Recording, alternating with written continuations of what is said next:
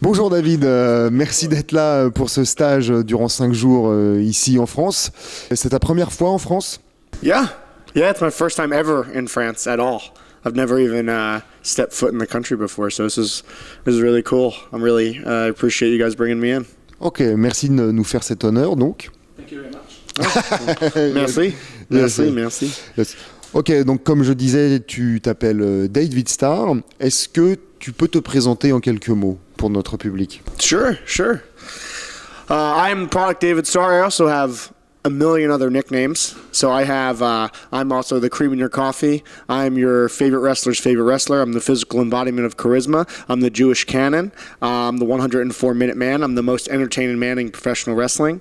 I'm the king of taunts. I'm the product. I think that's all I got. I might have a couple more that I even forgot, my own nicknames. I got a bunch. Unfortunately, a lot of ring announcers, they all have to write them down and read them or memorize them. But that's who I am. I'm a independent professional wrestler. I traveled the world. I've been to Canada, Mexico, obviously American. Been to Australia, Germany, Switzerland, now France, and the UK. So things are going pretty well, man. I'm really excited to be here, and yeah, that's who I am. Je sais que tu as commencé à t'entraîner au catch à 7 ans avec un membre de la famille proche de The Rock. Et donc ça doit être un privilège pour toi. Est-ce que tu peux nous en parler un petit peu plus? So, when you're saying I started at 7 years old, that was because I was a pro wrestling fan since I was 5. When I was 5 years old, I fell in love with pro wrestling, and I wanted to be a pro wrestler. And then when I was 7 years old, I got offered to be an amateur wrestler, and I jumped all over it. I was like, yeah, absolutely. And then I went through university and everything. I wrestled all the way through university, and then when that was done, I started training at the Wild Simone Training Center under Samu Anoa'i, who was head shrinker Samu, who was 3-time WWF Tag Team Champion, yes. Also known as Wild Simone number 3. So, but yeah, it was great. It was really old school training. The Samoans don't mess around. Yeah, They don't mess around, man. Like I got beat up pretty good. I got beat up pretty well. It's really a big man's school, so I was kind of a smaller guy. So I just had to basically take a bunch of stuff from a bunch of big guys all the time. So I got beat up. I was the fastest graduate in the history of their program. So I was very fortunate to be able to do that, and things kind of picked up quickly, and I think that my amateur wrestling helped me with that. But it was a great experience. I wouldn't have traded it for anything. It helped really nail down my basics and my fundamentals. My foundation as a professional wrestler came from the Samoans. Sure, ok. Avant d'en arriver là où tu es, c'est-à-dire entre tes 7 ans où tu as commencé à travailler de façon professionnelle en 2012, que ça fonctionne pour toi régulièrement, est-ce que tu as eu des périodes de doute dans ta carrière? Wow, what a question. I mean, there was definitely times where I was down, and especially when I would set out a goal for myself, like in amateur wrestling, if I would set a goal out and I wouldn't quite get there. Like when I was in university, I went to nationals, and I was a point away from being an All-American. So I didn't place. I didn't become an All-American, and that kind of ate away at me. And then when I was in high school, there was things where I had goals and I didn't quite get there, and I worked so hard to get them, and then for whatever reason, it just wasn't meant to be. And that really brought me down, and I didn't know what to do, and I kind of had to take my time and regroup and regather myself, and it was definitely difficult. And there's been plenty of times in professional wrestling that there's been moments of discouragement, or where you let yourself get down, or maybe you buy into just a lot of the BS that comes from being in pro wrestling, like the random drama backstage, or somebody doesn't like somebody or something like that, and that definitely can get you down. But then you have to realize that it doesn't really matter. You just got to go out there and do your thing. You got to push yourself forward and just have a positive mindset at all times. I learned that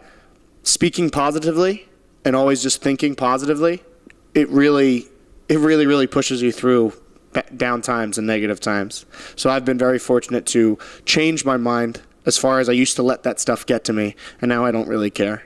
I'm just like, yeah, whatever, man. Like I'm pretty cool pretty chill, like just down for whatever, and just try and always stay positive and always look on the bright side of life. Alors, est-ce que tu avais donc prévu un plan B au cas où, ce qu'ils appellent un vrai métier, quoi? So, the moment I decided to be a pro wrestler, I didn't have a plan B. Of course. The moment. Yeah. Before that, I was going to university as a math major. I was taking maths, and I wanted to be a math teacher or like a gym teacher or something like that. That's what I wanted to be. I enjoy teaching, so I wanted to do that. But the moment I decided I was going to be a pro wrestler, like the second I did, I remember walking into the Wild Spun Training Center and getting in the ring, and from that moment on, I was like, nope. Okay. This is what I'm doing. But my parents. My parents. Be careful. Yeah, no, it wasn't quite the same. They were. They didn't even know. I wasn't allowed to start training until I graduated from university, but I did it anyway. And then I ended up dropping out of university, so I didn't finish.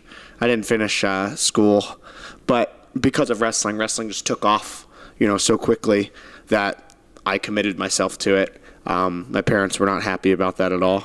They wanted me to get a degree and then just get a normal job or something. That's what they wanted me to do. But, I pushed myself through it, and I was fortunate enough, or I am fortunate enough, that pro wrestling pays for my life right now. It pays my bills, and that's pretty cool.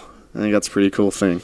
Tout à l'heure, tu disais quand le succès, quand tu as commencé à devenir catcheur professionnel, si j'ai bien compris, il y a une phrase que j'aime bien, c'est l'échec est inenvisageable, quoi.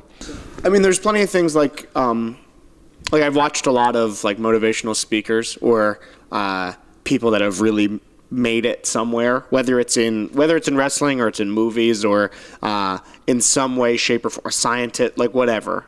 Somebody who's made it or accomplished their goal and they're still pushing forward. The thing they always say is that you can't be afraid of failure. You always have to be willing to try. And the only failure is if you don't try at all. And there's a million things that people fail at that they hate.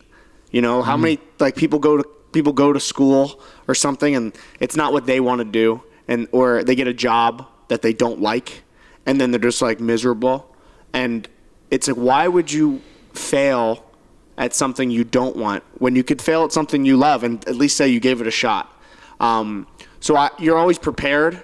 You're like, okay, well, I'm gonna do this, and then no one can ever say I didn't try, or I can always look myself in the mirror and know that I gave it everything I possibly could, and there's nothing else you can say about it. And the ones that are gonna make it are gonna make it, and the ones who aren't.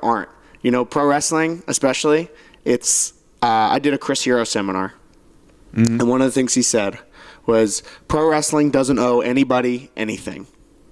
We all get our ticket, and we get on the ride, and we go up, we go down, we go around, we go all over the place. But at the end of the ride, you get off, and a bunch of other people get on. And you just got to be thankful for the journey you took, and all the memories you made and everything like that. That's all you can do. For me, I am somebody that I don't accept failure. Like, I'm definitely somebody that I push past that, and I don't like the idea of because again, I know the feeling. When I had a goal, when I was in college or university or whatever, I remember not placing at nationals. Like, I remember not being an All-American, and that feeling that I got, like, in the pit of my stomach, and I just felt terrible. And I was like, I'm never letting myself feel this way again. So I always push myself past everything. I never let any stone go unturned. I make sure every single thing that I do is pushing myself for the goal that I want to accomplish. Okay. Thank you, David.